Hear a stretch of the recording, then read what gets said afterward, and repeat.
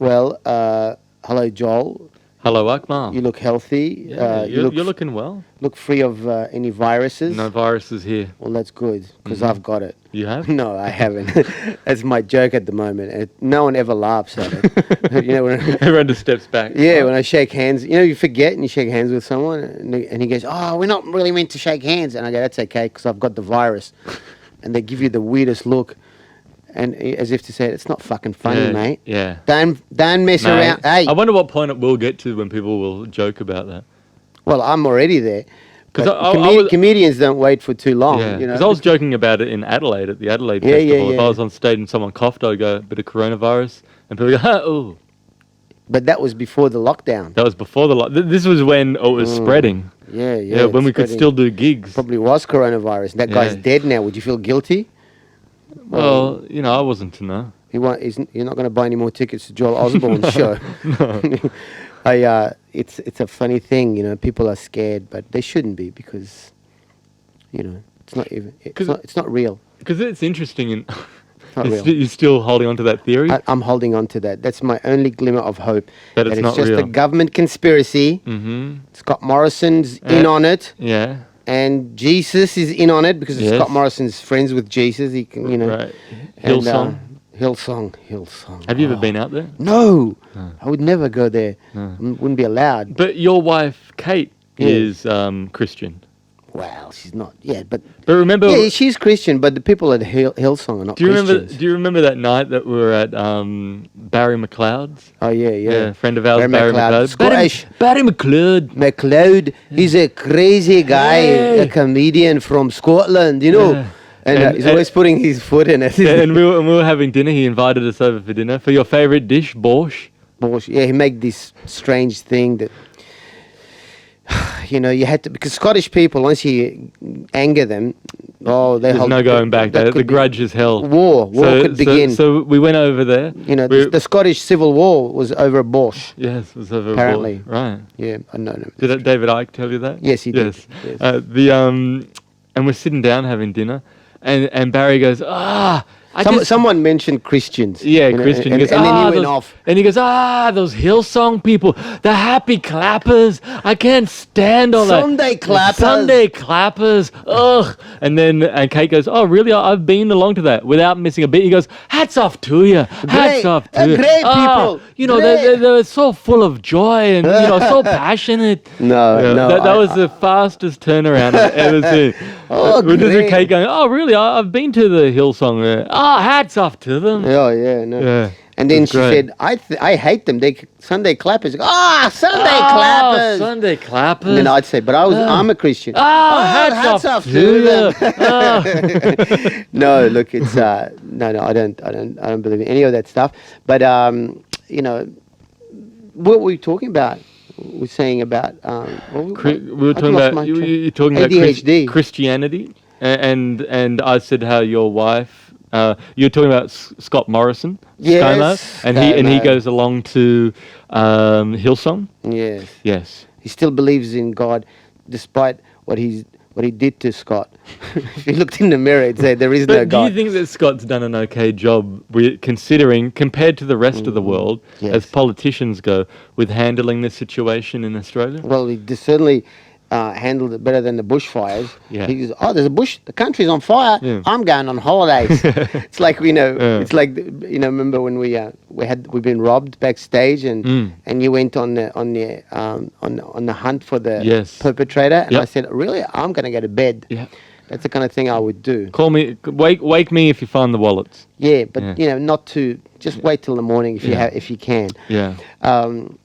But look, we're both very gullible people. Yeah. We're very trusting. I don't know, and people say gullible is got a sort of a negative connotation. I would say we're more trusting. I would like to see the good. I would like to believe that people have good intentions. Yes. The majority of people. However, that leaves you open to be taken advantage of. I've been open many times. I've been open when and I you've didn't been taken know. Advantage of many times. Many times. It happens all the time. Yeah. You used to have it in your act, I remember. Yes. One of the first jokes, when I saw you opening for The Amazing Jonathan, Yes. and your joke was, I'm so gullible, I actually believe Stack's Warehouse is closing down. See, no one under 40 is going to remember that. I laughed so... I know I was 14 when I heard it. I would laugh so hard because that was a commercial that was always on TV. That's right. Stack's Warehouse, closing down. Closing down. For years. For years. Closing down. Like 5 years in a row. This is it. Last chance. Stack's Warehouse. I still don't even remember what they sold. But they're always closing down. Hurry before we close down. Everything must go. But they actually closed down. Finally, And then the next ad was, Stacks 2, that's who, we're back. Stacks 2, that's 2, yeah. And they were back again. So I remember these ads are, I think they're a bit better these days. But remember when September 11 happened? September 11, and I've never, because when you turn the TV on that morning, for those old enough to remember, it was the most shocking thing. It was so heavy and like the end of the world was coming, and attack on America, attack on freedom, and the buildings on fire. And then suddenly the announcer says, we'll take a break. And they went from that straight to, "G'day, I'm Mad Barry from Mad Barry's Bathroom Renovations. I've got more tiles than I know what to do with. So come take advantage of me while I'm still mad." And then back to attack on America. War is imminent. imminent. Man, it messes with your brain. It's hard to know what is real and what's... Sure. I'm going, apparently Mad Barry from Bathroom Renovations attacked America. Yeah. Because you do get that was confused. the connection you made. Yeah, what time is it? Because I was living in America at the time when that happened. I was in Vegas. So what time, what was it out here that it happened? Was it, well, I don't know. It was during the day, though. Well, when I woke up, all the TV stations were September 11. Oh, yeah, right. Yeah, it would have been when you woke up. Yeah. Yeah. Well, Because it had to be when I woke up. Well, you might have had a late night. Well, if I was asleep, nothing. It's not real. It didn't happen. No, it's a dream. A nightmare. That theory that if you look behind you, if you can't see it, it doesn't exist. Doesn't matter. Whose theory is that? No, this is quantum physics. Yeah. might be bullshit. So if you don't see it, it doesn't exist. Yeah.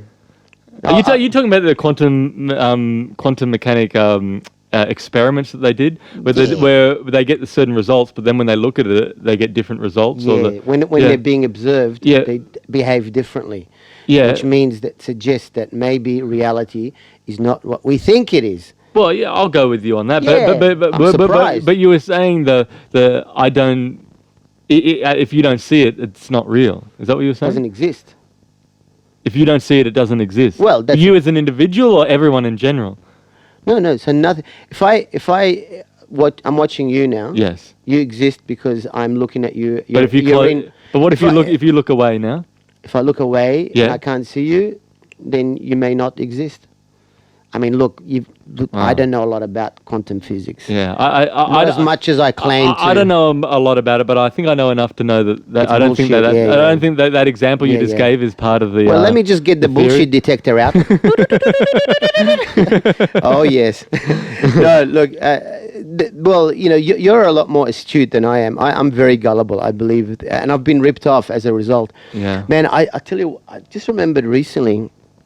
I'm a magnet for scammers and crazy people. Which is good for comedy, but not good for me. Your day-to-day well-being. No, exactly. And we were at the Edinburgh Festival. Me, Gary, and Anthony Moore, Gary Eck, if you know them. And at the end of the festival, I thought I'll go. I've never been to London. I'd like to check London out. Great. So, and I went to London. It was a beautiful city, amazing. My first real big city, and I organised a gig at Junglers. Oh yeah, which is in Camden, not far from London. So there's a whole circuit of the Junglers. But the one in Camden was like the place. Premiere. Absolutely, that's the comedy store Great. of London. That's the place to do. And I got a gig there, and it was like the perfect spot. I was looking forward to it. But I thought, I'll just go and check out London. I'm alone, and I'll go and check out London, and then I'll get a cab to get Camden and do the gig. And I'm in London, and I'm walking through Piccadilly Circus. It'd be really interesting stuff. And then I find myself in Soho, which is, I didn't know that then, but apparently it's the red light area. Is it? Well, let's just go with that for the sake of the story. I didn't look. I was in Soho anyway. Right. And I saw this really interesting old pub. It looked like a club, pub kind of thing. I thought I'll go down, sit, just chill for a bit, have a drink. And I went down. There's no one in the space, and I'm sitting down, and these two girls just come out of nowhere, and they're hot girls, in a sort of revealing attire, and they said, "Oh, do you mind if we sit down?" I said, "Sure." The place is empty. But yeah, sit down. And they started talking to me, and they're really complimenting me. Now, most people would have thought this is not normal. This never happened to me before. Right. But I thought, yeah, these girls are interesting. I must be exotic in London. Yeah. And they're going, oh, and these girls go, oh, you got lovely eyes. Are you Moroccan? I say, no, Egyptian actually. Oh, Egyptian. Oh, I love Egyptian guys. Better. Oh, they're great lovers. And I go, oh yeah. And she's saying, oh, you got lovely. You got that. The other girl goes, you've got that. Follow me to the bedroom eyes. You got that. Yeah, right. And not for a second that I think these girls are scamming me. You never thought that they were working girls. Not for a second, right? Scantily clad girls, naturally attracted. They looked like they could be just local girls. They weren't scantily to the point of they're like strippers. They were like very sexy young girls. Yes. And one of them, but at no point did my brain think these girls are trying to scam me. My brain went, yeah, I do have lovely eyes. Yep. Just no one's appreciated them till now. That's I had to come to London for someone to actually acknowledge. And they're saying things like, "Oh, all the guys in London are assholes, but you're different." And I go, "But London's a big city. Yeah, all of them. You couldn't have met all of them." Yeah. Oh, we've met a lot of them. And in retrospect, I was an idiot because they were being really obvious. This girl says, do you play basketball? I think you could be a basketball player. Well, really? Oh, okay. Almost. Yeah, 5'4", champion basketballer. And no, she goes, this is the truth. She goes, when we don't really hang out with guys a lot, and which I now realize is bullshit. And she goes, when we're alone, we give each other massages. And I really like to be nude when I'm massaged because it's so much nicer. These people are just prudes. They keep their clothes on. That's so dumb. And you're disagreeing, like, they're total prudes. I'm thinking in my brain, is this the best day of my life? I think, yes, I think it is. But I kept worrying about the gig. Yeah. I'm looking at my watch and going, I've got to go to this gig. Yeah. And if I don't go to the gig, they're never going to put me on again ever, and it's gonna. What am I doing? So I said, look, sorry to interrupt you. They kept saying, would you like a drink? And I said, yeah. So I bought it. I said, I have a Coke. I don't really drink alcohol, and I'm working later on. And they said, okay, we'll get some cocktails. They got cocktails, and they said, oh, we don't. And I said, no, I'll take care of this. That's the least I could do. I'll get this. And they go, oh, well, thank you. That's very generous of you. Yeah. Anyway, they said, look, we had the drinks, and I said, look, I better get going because I got this gig. But what I'll do is it's in Camden. It's not far. I'll get into a cab, and I'll finish this gig, and then come straight back, and then we can party. And then she said, sure. Yeah, no problem. And they said, but you're going to fix up the bill first. And I said, yeah, for the 3 drinks. Yeah, sure. And she writes this thing down, and she gives me the bill, and at first I thought it was £36, right? Which is what, like $90 or no, £36, like $50 roughly, right? Right. Australian. And I'm looking, going $50 for 3 drinks. That's quite a bit, but we're in the heart of London. That's okay. But it was 360. 360. It's £360 for what? Well, let me get to that. I'm glad you asked. And she goes, I said, it's £360. That's what? How much would that be? That's a lot of money. Yeah, 300. Nowadays, it's close to $1,000. It's like ridiculous how much. Well, back then, the year we were there, the Australian dollar was bad, and the English pound was stronger than the American. Oh wow! Right, and I'm going, that's nearly £1,000 for what? She said, oh, for the drinks, and I said £360, and she said, an hour time. What time? I said, what time? Right? I said, I don't have that money. And she said, look, she said, it's whatever it is, 150 per hour when you... for what? To talk? We're escorts, yeah. And I said, but we weren't here for an hour. And she said, but it's an hour or part thereof. So if you sit with us, and I said, but you didn't make this clear. Yeah. I don't really know. Anyway, I'll pay for the drinks. Yeah. And I got up to go. And this guy, he must have just been hiding behind her. Hovering. He just came out of nowhere. And he looked like the lead singer of The Prodigy. Oh, yeah. You know, the guy with the hair, but big and tough with a singlet. And he goes, "G'day, sunshine. Hello, mate." There's always one of these guys. Man, it was almost like out of a movie by... Guy Ritchie. Guy Ritchie movie, you know, like, "Hello, sunshine."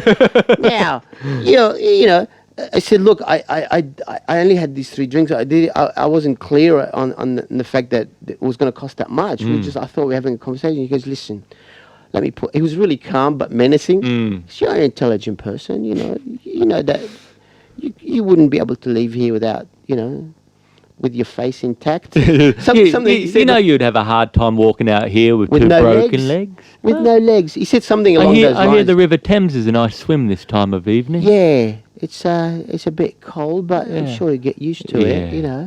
You don't want to upset us. I said, all right, I got my credit card out. Well, I had to, man. I was scared. But hang on, I don't understand. This is like, you can't just sit down and start talking with someone and pay them $150 for a chat. Yes. You didn't even go out anywhere. Well, where were you then? You could have put that argument forward, but I was too scared. I thought I'm going to get killed here. But see, that's the problem with those situations. You're stuck. They know they got you. Right? How was the gig that night? The gig was awesome. Oh, good. Because I was so relieved to leave there and in one piece. Yeah. And I'm going, thank God. So it was £360. How much did the gig pay? The gig paid, I think, like £60. Yeah. So you were 300 out of pocket. I was middling. I was doing the middle act. Yeah. But I was going to do the gig anyway. Yeah. It's not like, man. That reminds me of in Vegas once. I was there. But I thought, just before you go on, it never occurred to me that, that no girl's ever said to me, "You've got lovely eyes that come to bedroom eyes." Never. It's never happened in my life. Right? And now I'm in London and these hot girls are saying this to me. It never occurred to me that maybe they didn't mean it. Yeah. I thought my ego would not allow it. So hearing that for the first time, like, man, beautiful eyes. Oh man, I got to spend more time here in London. Shit, man. Yeah. You're in Vegas. Yeah, I was. This is when I was living out there in Vegas with Amazing Jonathan. Yeah. And it was opening for him was he had, like, each week he'd have different people opening the show, and for this week there was a fair few. Now, opening, for those who don't know, support act. So they do the first 15 minutes to warm up the crowd. Yeah, and he'd always get like the best, really, like he had there was doesn't matter, no one's gonna know. Christopher Hart, and he did the hand. Remember they did the remake of the film Addams Family? Yeah. And he did Thing, the hand. He was the hand. He was the hand. Wow. He's very dexterous with his... Good acting. Yeah. And not a speaking role. No. Well, maybe sign language. But, But he great magician. And so him and Billy McComb, who was a legend. He was the vice president of the Magic Castle. Billy McComb. Yeah, lovely guy. And we went out to the Hard Rock Hotel in Vegas. Yes. And now the classic bar that they had was in the center of the gaming area of the casino. It was a round bar. And we're sitting at the bar, and this beautiful black girl comes over and starts chatting with Christopher. And Christopher's like, "Oh, wow." And we're like, "Wow, he's really connected with this girl." And they're chatting for ages and really getting along. And then, and Billy's like, "I don't know about this." Wise old man. Yeah, something doesn't... You know that girl. And then... I got VD. And then back in 19 bada boom. Don't get me started. And she's chatting with him, and this guy just comes out of nowhere, this big, intimidating guy, and just walks up to Chris and taps him on the shoulder, and he turns and he says, "You gotta pay to play." And he went... At least he rhymes. It was like 50 Cent? Was it 50 Cent? And Chris said, "I gotta what to what?" And he goes, "You gotta pay to play." And he got a weird kind of feeling. And then went back to Billy and I and said, "It's such a weird situation." That guy just said, "We got to pay to play." I got to pay to... What does he mean by what's he talking to? Who is this guy?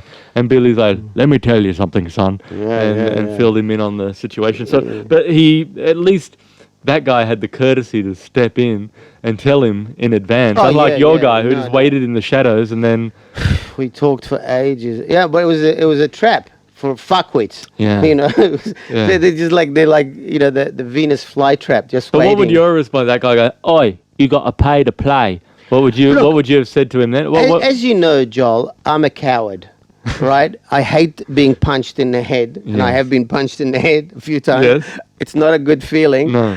And I don't fight very well. I'm not a big guy. You're a lover, not a fighter. Yeah, I'm a lover, and they weren't. I couldn't afford You couldn't that afford the kind of love. loving. Yeah, it was too expensive. And you didn't want to fight, so it's better to cut your loss. No, I got scared, man. I got scared. I was. What's that? That's your alarm. Hang on. Oh, sorry. Did you put the alarm on? Hang on.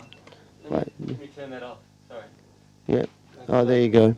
It's off now. Okay, that's good. Sorry, continue, I Saleh. forgot what I was talking about. No, you're talking about you're building to a major point about that guy in London. You know, look, I always take the cowardly way out if I can. Yeah. Because was it Richard Pryor who said, "A broken ego will heal much faster than a broken neck." Which That is is true. That is true. Yeah. So you go just deal with it now. And, you know, like, he could have crushed me. That guy was just, and they probably, I didn't want trouble. And they could see that you're a nice guy, and I thought, here we Nice go. guy. We got someone here. Yeah, nice guy. Hook, line, straight. and sinker. Fuckwit. We got another one. Oh, here we go. And and you're talking about that. I got so many stories of being ripped off. Yeah.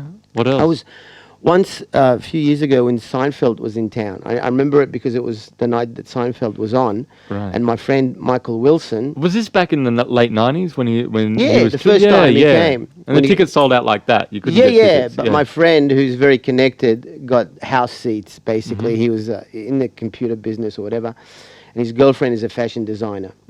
And he got me the tickets, and he said, "Come over to my place in Ultimo in Sydney, and then we'll go from there to the Capitol Theatre where he was performing." And I think I was really excited. I'm walking. I got there a bit early. I thought I'll give him time to get ready. I won't go in now. I'm walking around the back streets of Ultimo for some reason, and these guys pull over, they turn around. They got a car. They saw me. They did a U-turn, and they even know. They go, hang on, we got one here.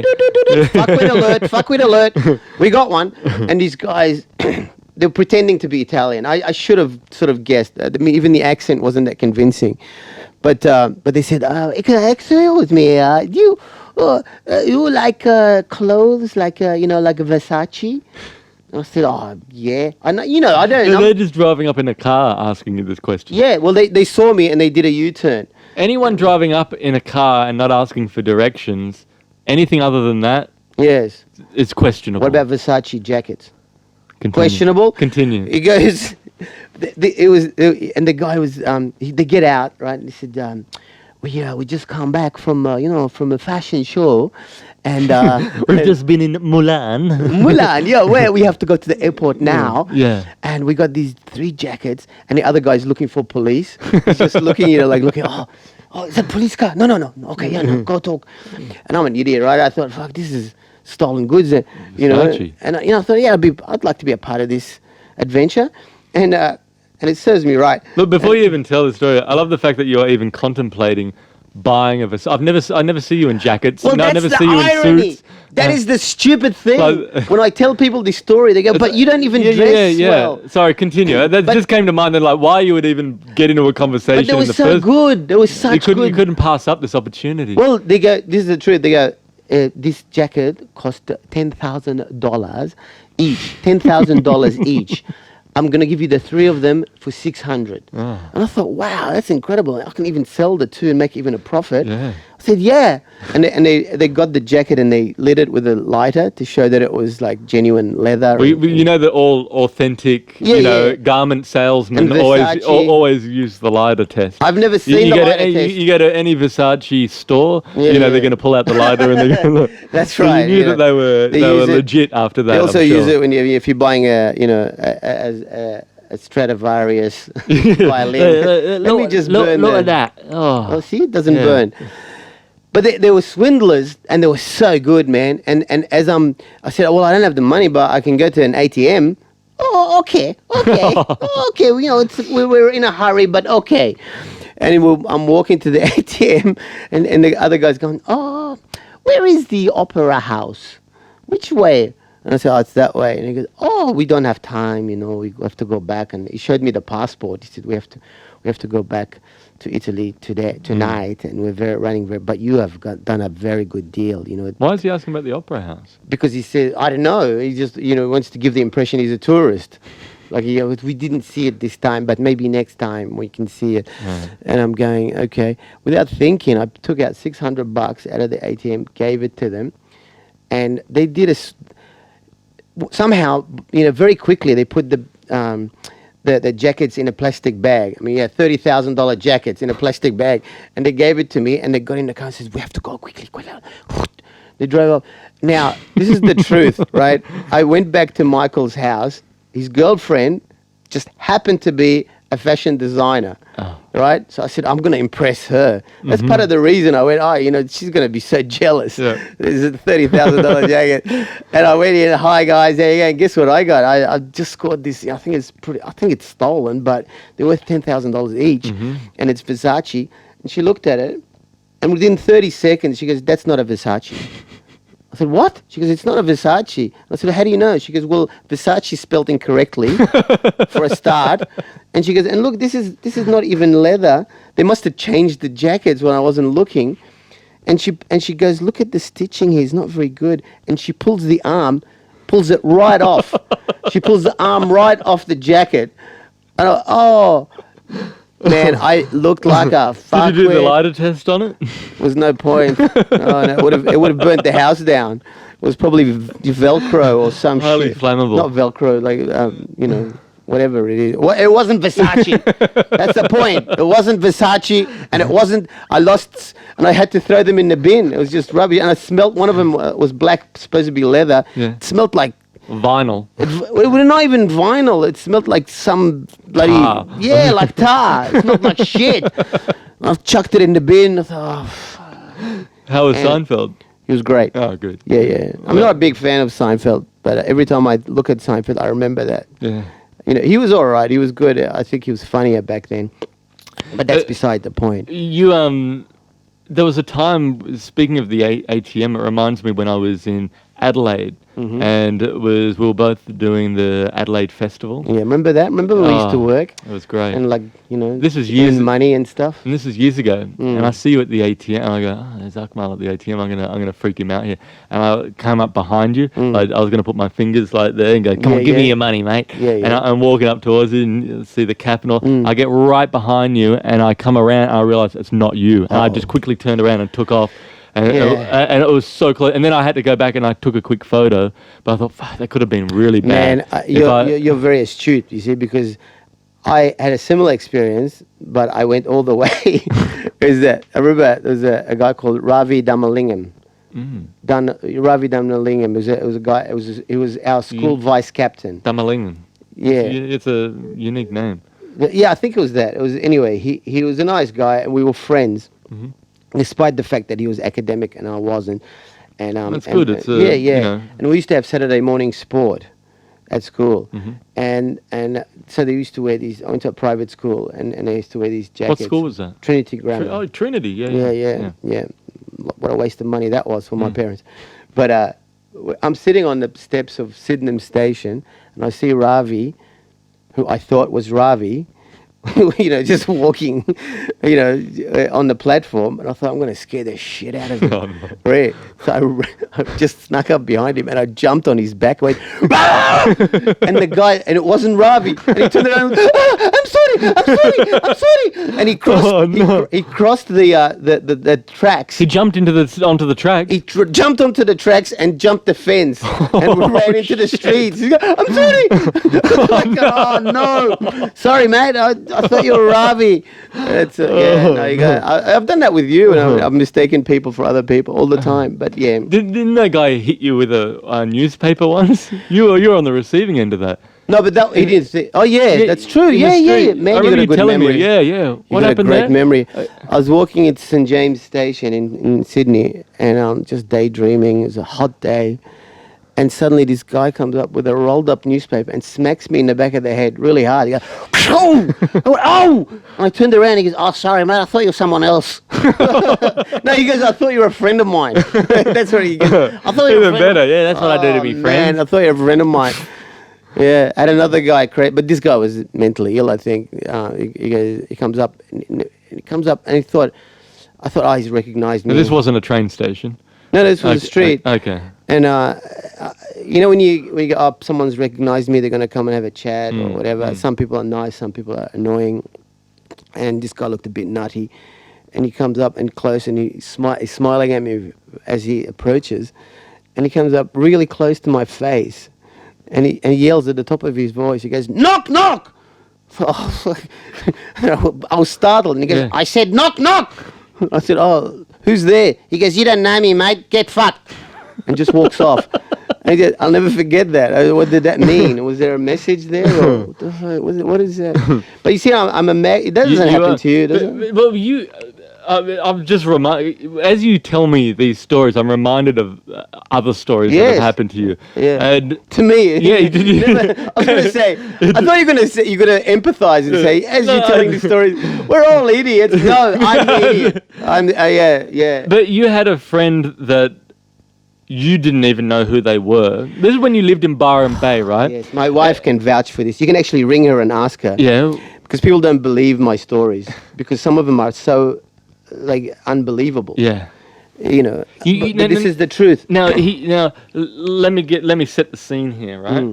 You're living in Byron Bay with your wife, Kate, at the time. Yeah, and we had two friends over, Frank and Pete. Frank and Pete. Yeah, Frank Curry. You've met both of them. Yeah, and Pete. Now, you get a random phone call. Yeah, out of nowhere. Okay. And this guy I answer, hello, he goes, g'day, mate, it's Pete. It's Peter. And I get too embarrassed to say Peter who because people get upset, they go, well, obviously I know this guy very well. How are you old bastard? What's going on? Yeah, mate, I'm in town. We've got to catch up. Yeah. I said, yeah, sure. Yeah, because, mate, I'm only in town tonight. You feel like catching up? Mate, I haven't seen you for ages. And I said, yeah, sure. He goes, I'll give you an address. Come pick me up. So I'm going, okay, as soon as I see this guy, I'll know. You're about to have dinner, right? We're about to have dinner. Okay. And I said, well, obviously this guy knows me very well. Yeah. As soon as I see him, it's going to... The memory will click. Yeah. Right? So I'm waiting for him outside. I ring him again and say, I'm outside your house or the house that you're staying in. And he took ages to get out. And I thought, maybe I'm at the wrong house or maybe I'm going to be killed or whatever. You don't know. Yeah, sure. It's a strange area. So like he was in Ewingsdale, near Byron Bay. And that's like a 20-minute drive, yeah, right? Yeah. All right. So you got everyone waiting for dinner. You've taken off for 20 minutes. Yeah, I said I'll pick this friend of mine who I can't remember. But I knew that as soon as I see his face... It'll all come flooding back. He finally comes out, sees me, gets in the car. How are you, mate? It's been ages. I have no idea who he is. I have no idea. And I'm trying to get him talking so I get a clue. Yeah. Right? And he comes over and I'm introducing him to my wife and my friends. I'm going, this is an old friend of mine.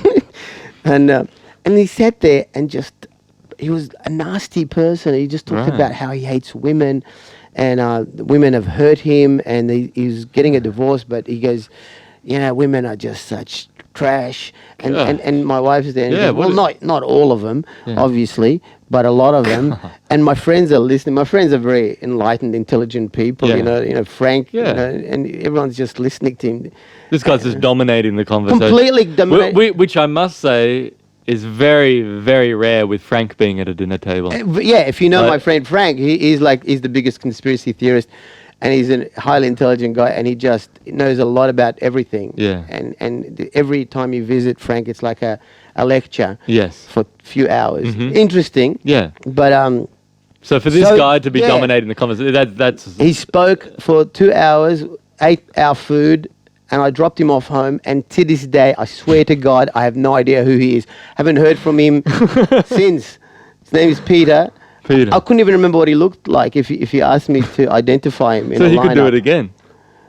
Potentially. He could call you up again, and you could go through this whole scenario. If it was just me and him, I would seriously doubt that it ever happened. Occurred. It must have been a dream. Did your wife Kate at some point throughout the evening go, "So Peter, how do you know Akmal?" Did that never come up? Or did she never have an opportunity to bring that up? Or no, she didn't really like him because so she didn't really want to, she wanted him to get out as soon as possible. God. And but he didn't talk about anything else except his wife and how much of a bitch she is, and I think he was saying some nasty things. Yeah. I'm going, what have I done to deserve this guy? And finally, at the end of the night, I said, I'll drop you off home, mate. Yeah, all right, mate. And when he got out, drove him all the way back. Yeah, and he goes, yeah, all right, mate. We'll see you again soon, eh? Good night. Yeah, thanks, mate. Isn't that weird? Yeah. That is a weird experience, right? Yeah, that is very peculiar. And you're right. There was no opportunity to say. So I felt too embarrassed to say, where do I know you from? It's like when you forget someone's name and you've known for years. It's too late to go, sorry, that's mate. where you needed something beforehand. You needed to set this up with Frank or someone to say, listen, at some point in the conversation, you need to cut us off and say, so how do you know Akmal? No, but you see, I was absolutely sure that you would remember when you saw him. He's going, how are you old bastard? It's been ages. It's still a mystery. That's like, what was it, the National Lampoon's European Vacation? When they go and stay. German. With the couple, and at the end, they're like, who the hell was that? Yeah. And then the bush moves away. But at least there was a language barrier there. But with this guy, he just, I've got a vague clue that where he may have been from. Where? I used to shop at this place called Audio Connection. They supplied your hi-fi habit. They supplied my terrible habit, and there are a lot of nutters that frequent the store? Yeah. That work there or frequent the store? No, frequent the store. They would just come in just because they need a fix. It's very expensive stuff, and you get addicted to it, and you want to... But how did you... you think you made him... How did he get your number, though? I don't know. You think you gave him your number with it? Because you're very giving... You're very, No, I doubt it. I doubt it because if I gave him my number, I would remember vaguely who he's... But because he was talking about... I had my stereo and he's talking about it and he knew a lot about it and stuff. And I suspect that maybe he was a customer and we had a chat. But still doesn't explain how he got your number. Well, he could have got it off someone who worked there. Or what, they're just going to give your number out? I don't know. I don't know. It's still a mystery. Yeah. You're the kind of guy who's going to work on this. There's I need homework for you. I need to solve this mystery. Who is this mysterious man? Yeah. But that's like your deceased father-in-law. He got a phone call once from a friend that he thought was dead. Yeah, my father-in-law was very eccentric and a little bit crazy, but he's dead now. And so he thought this guy had died, and he 2 years before or something. Yeah, 2 years before. But he felt a lot of guilt, right? He felt guilt because he didn't go to the funeral. Right. He said, I don't like funerals. They bring me down. Well, yes, that's what funerals do. Yeah. And I like it. I like it how people say that. Like if someone's ill and it's like, look, you've got to go visit him. Nah, I can't visit him. It'll bring me down. Yeah. It's like, all about him. It's all about you. Forget about them. He was a bit of a narcissist, but sort of an eccentric, lovable one. And and he got a call from his friend Klaus. Yeah, he goes, who's this? And he goes, it's Klaus. Klaus? What? I heard, he wouldn't say it, but he goes, how are you feeling? He goes, I'm feeling good. Oh, well, that's good. You're not dead then? No, I'm not dead. Oh. They got great reception up there. Wow, man, yeah. Wow. So did he ever find out who the hell died or what he thought happened? He just, I think, I don't know, he was old, so probably a lot of his friends had dementia. And, Klaus, he's dead. Or he could have said something like, Klaus is dead to me. And he just didn't hear that to me. But he was hard of hearing. For all that time, he was... For 2 years, he thought his friend had died. Right. And this is a friend that they went gold fossicking together and stuff. Yeah. Well, he died. Yeah. Oh, he's not dead. Oh, there you go. It was a shock. He goes, I'll tell you, Akmal, it was such a shock getting that call initially. I thought maybe I'm dead. Yes. Yeah, there are, but like I said before, you've been very, you're always very accommodating. I remember when we were at the airport and we were at the urinals, and a guy comes up there and he's just next to you and he's, taking a piss and he just Akmal, hey, and you're like, oh yeah, hi, and he's like, mate, tell us a joke, and you told him a joke. I'm thinking, what are you doing? You're at a urinal. Why are you even talking to this guy? I'm a coward, and I thought maybe he's going to bash me if I don't tell him a joke. But you're so nice. You told him the joke, and at the end he goes, no, it's not that funny. Not that funny. Walks out. Yeah, well, that's what happens because it's out of context, you know. And he goes, oh, geez, tell us a joke. And so, what do you do? Oh, build me a house. If you're a mechanic, just change my oil. Yeah. But you're a nurse. Give me an enema. No, don't do that. It's a funny thing. Odd people are. I think we do attract. Like certain people attract certain types of people. Yeah. It's the energy you give out. Yeah. And I've always, my entire life, been a magnet for crazies. For crazies. There was a guy in the States when I was living with Jonathan in Los Angeles, and Jonathan had just gone through his divorce, or was going through his divorce, and I thought, we got to get him into shape, and so we started boxing. And then a good friend of ours, of Jonathan and mine, Brian Gillis, who was a great... He had more performances than any other magician on The Tonight Show. He was a regular on The Tonight, one of Johnny Carson's favourites. And Brian, lovely guy, he unfortunately passed away, but... wasn't that good of a magician? Well, this was this is back in... would have been like the year 2000. Right. And he had a guy living with him, a guy called Charlie Grogan. Now, Charlie was the bantamweight champion boxer of Australia. Oh, yeah. And he had... And he's living in Vegas. This was in LA at the time. In LA, yeah. And he had the most disqualifications than any other boxer. He was known as the dirtiest boxer. Yeah. And I was back here visiting in Australia, and Jonathan says to me, listen, Charlie wants you to bring a bag back for him. And Charlie's a kind of... a strange character. Like the first time that we ever boxed with him, he gave me a black eye and he broke Jonathan's nose. So why were you boxing with him? Well, because he was a trainer, and we were like, and he was living with Brian, and Brian said, "Listen, if you guys are boxing, why don't you have a session with him? He'll show you a few moves." If you're boxing with a bantamweight professional and you get a black eye. Yeah. You only have yourself to blame, as my mum used to say. My arms was too heavy holding the gloves up, and they kept on dropping. He goes, keep your guard up. And then eventually he just goes, boof, and smacks me in the eye, cracks Jonathan's nose, and... Were you both fighting him at the same time? No, that would be funny. You probably weird, yeah. And so I come... so he calls me up and says, listen, Charlie wants you to bring a bag back for him.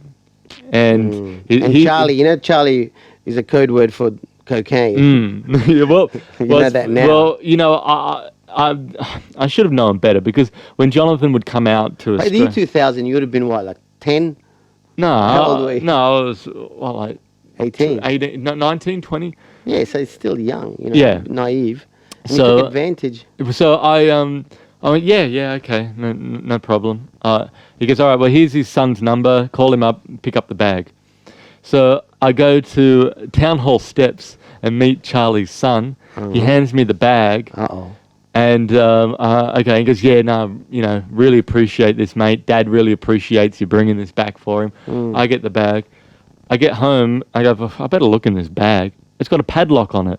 I'm like, fuck. So I call up his son. I go, hang on, it's got a padlock on it. You've already travelled with it? No, I'm already back in Balmain at my house before flying back to Los Angeles.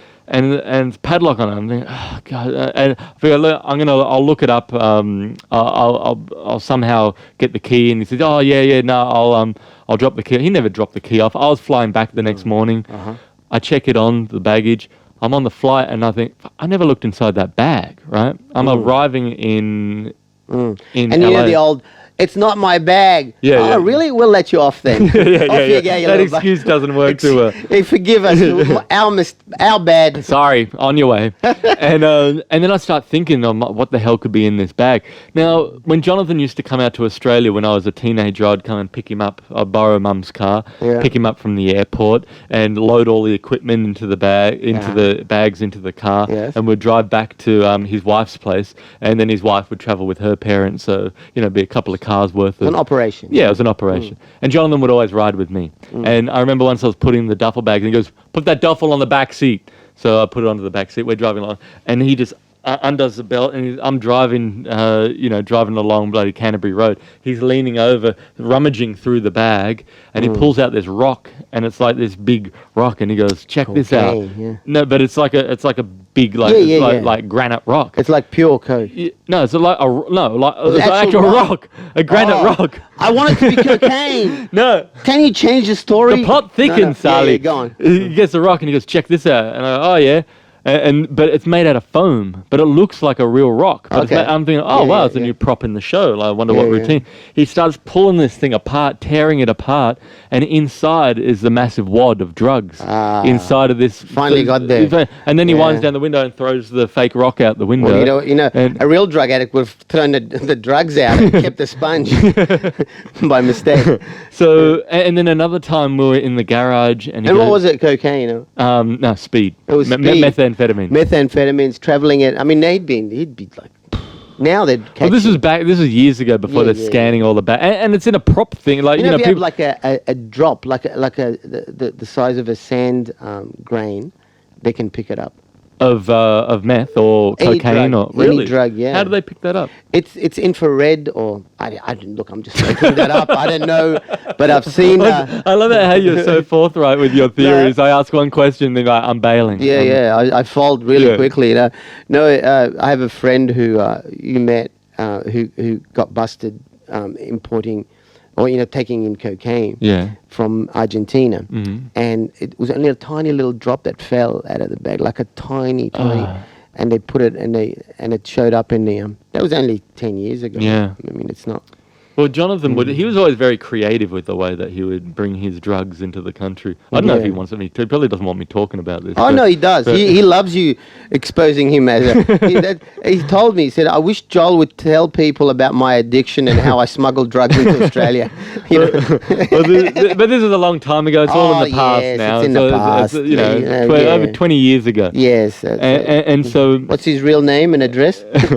So he's back at Sandra's parents' place. He goes, "Come out to the garage. I want to show you something."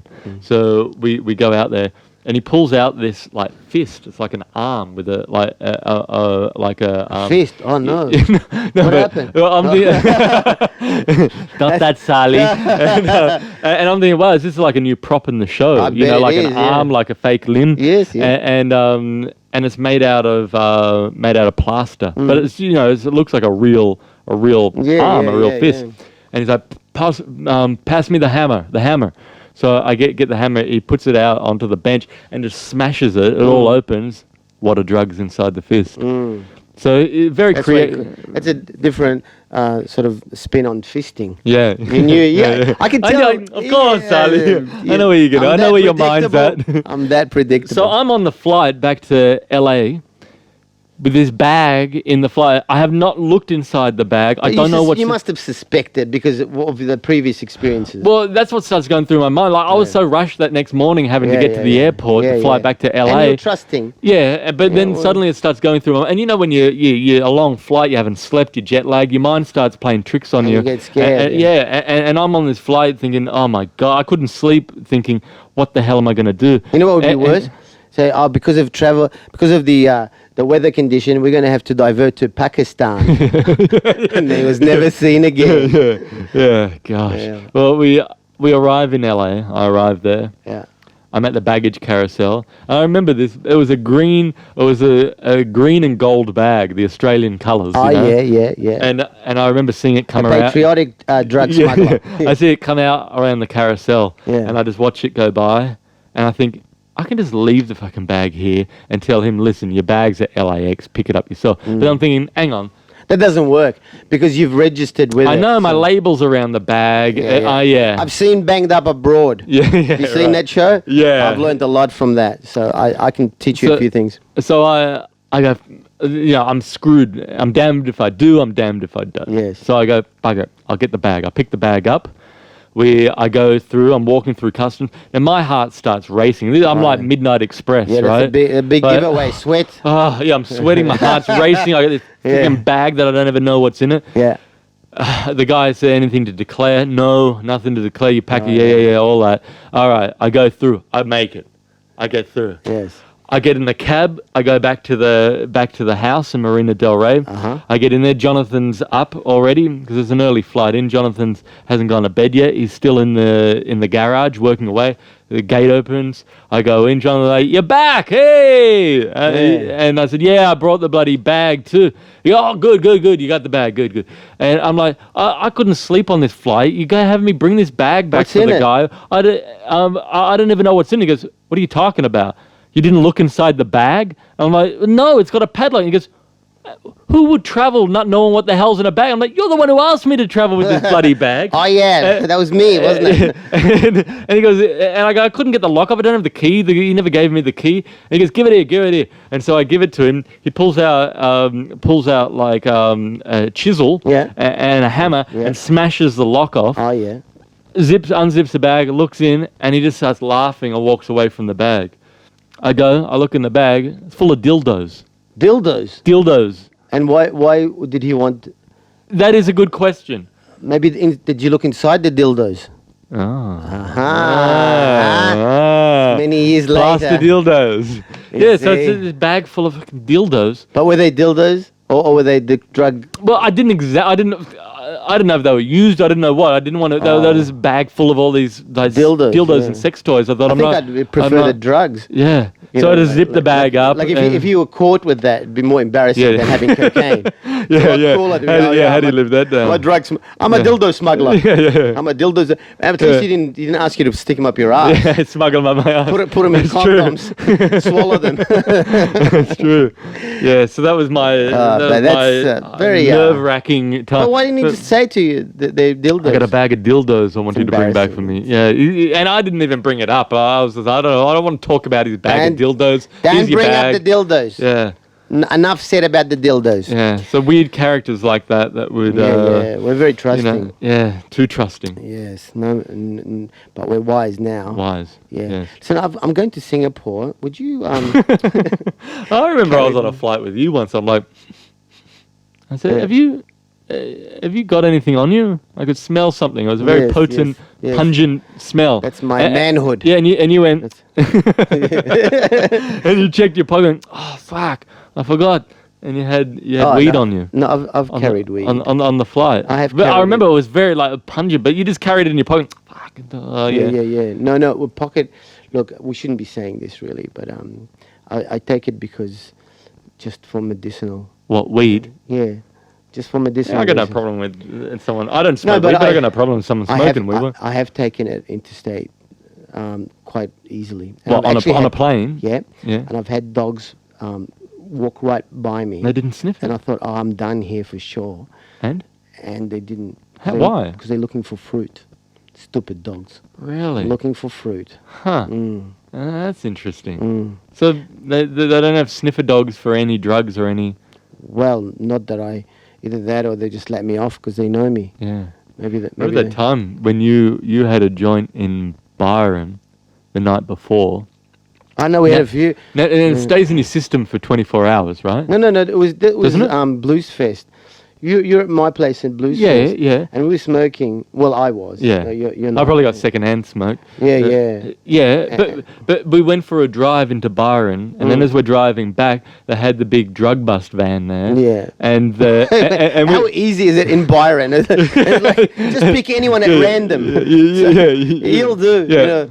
And they pulled us over. And we were smashed. I was smashed. Yeah. And they took the swab of your tongue, and they take it back to the van and do the little test. And it's the only time that's ever happened. And we're sitting in the car and you're thinking, I'm done. I've had a joint within the time frame. It's and not only that, no, I had more than that. It was my cousin Amgad was there, and he had like anyway. I won't give too many details away.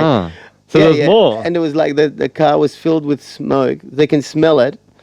So we're waiting there, and I remember there was a group of the cops came. The guy, he asked for your ID too. Yeah, for your license. The license. And the group of the cops came out and they put their head out and they're looking, and then the sergeant came out and he looks and the sergeant just shook his head and they laughed. Sergeant came over to you, gave you back the license, and said, "Go on, get out of here." Yeah. And we took off. Because they saw me on I'm a Celebrity, get me out of here. Maybe. No, if they saw me on that, I would have been put in prison. No, they kind of recognize me, which is unfair, you know. It is, but you know, I've been let off a few times because people go, "Oh, my wife loves you, mate," or really? Many times. I was speeding in Perth, and he goes, "Man, we were going to come and see you in Esperance."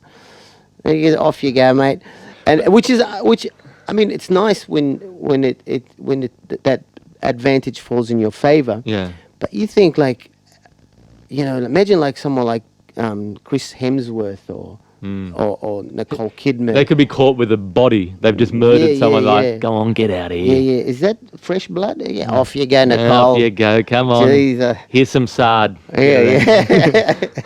But you know, that's the thing. Like it's you can imagine.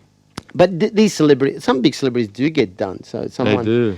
Yeah. Man, luckily these cops didn't see my act. my DVD. I would have been beaten to a pulp. I would have been tasered. Nah, they would have liked it. They would have liked it, maybe. They would have enjoyed. Well, once again, Saleh, time flies. When you're having fun. We reminisce. We do. There's a lot more to reminisce about. It's amazing that, you know, all the stories we've told are absolutely true. We don't even have to exaggerate. No embellishments. No, there's no need. That's how sad it is. We're just taken advantage of, and we fall for stuff. But we're recording it, you know, because we will get dementia. At least I will, and it will be there. You know, it'll be there to remember. Play it back, and you go, "Oh, that guy's pretty funny." Yeah, who is that? Oh, how gullible's this guy? That's me. Yeah. Oh, that didn't happen. Not bullshit. Well, safe drive. Yes, safe drive for Saleh. Thank you. Safe travels. COVID-19 free. Yes. COVID-19. How often do you hear that per day? COVID-19. Oh. It's getting a bit kind of blurry. Do you feel that it's a bit surreal, this whole COVID thing? Like it's continued beyond the point of panic. Like, you know, initially everyone's really panicked, and then it becomes like this kind of wishy-wash, kind of surreal. It's like there's a lot of tragedy involved with it, of course, and but there's it's just a surreal a numbness, kind of, which is what they want. Because once they numb you, they can control you. So don't fight the power. Fight the power. You know, take that mask off your face. Go and lick food. Take the mask off. No. Don't do that. Keep the mask on. Keep the mask on. Be sensible. Be sensible. Yes, don't be silly. Just in case it's real. Yes. But, you know, I have my doubts. Well, I look forward to hearing your theories on the next time we chat on the progression of this Corona conspiracy. This paranoid as well. I like that. Every week you got a new conspiracy. Well, you know, you look, if you can't prove something absolute, you've got to be open to any possibility. I agree. You got to be open. You got to be open. I'm open. Yes. Open for business. Okay. Everywhere else is shut. Open 24 hours. Well, we'll be open for business on the next podcast next week. Yes. Look forward to it. Until then, Saleh. Thank you.